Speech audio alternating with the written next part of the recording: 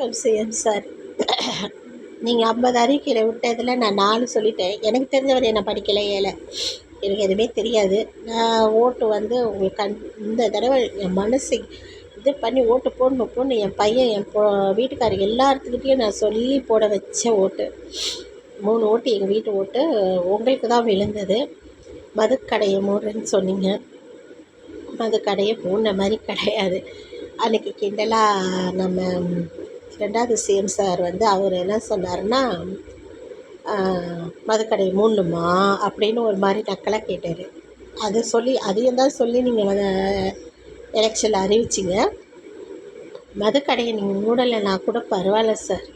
அம்மா வந்து அவங்க அறிவிக்கும் போது 50 கடையை மூடினாங்க தெரியுங்களா. எனக்கு ஒன்றும் தெரியாது, இருந்தாலும் நான் செல்லில் பார்த்து தெரிஞ்சுக்கிட்ட வரைக்கும், என் வீட்டுக்காரர் வந்து சொன்னது வரைக்கும் நிறைய கடைங்க அங்கங்கே ஒரு 50 கடைக்கிட்ட எடுத்தாங்க.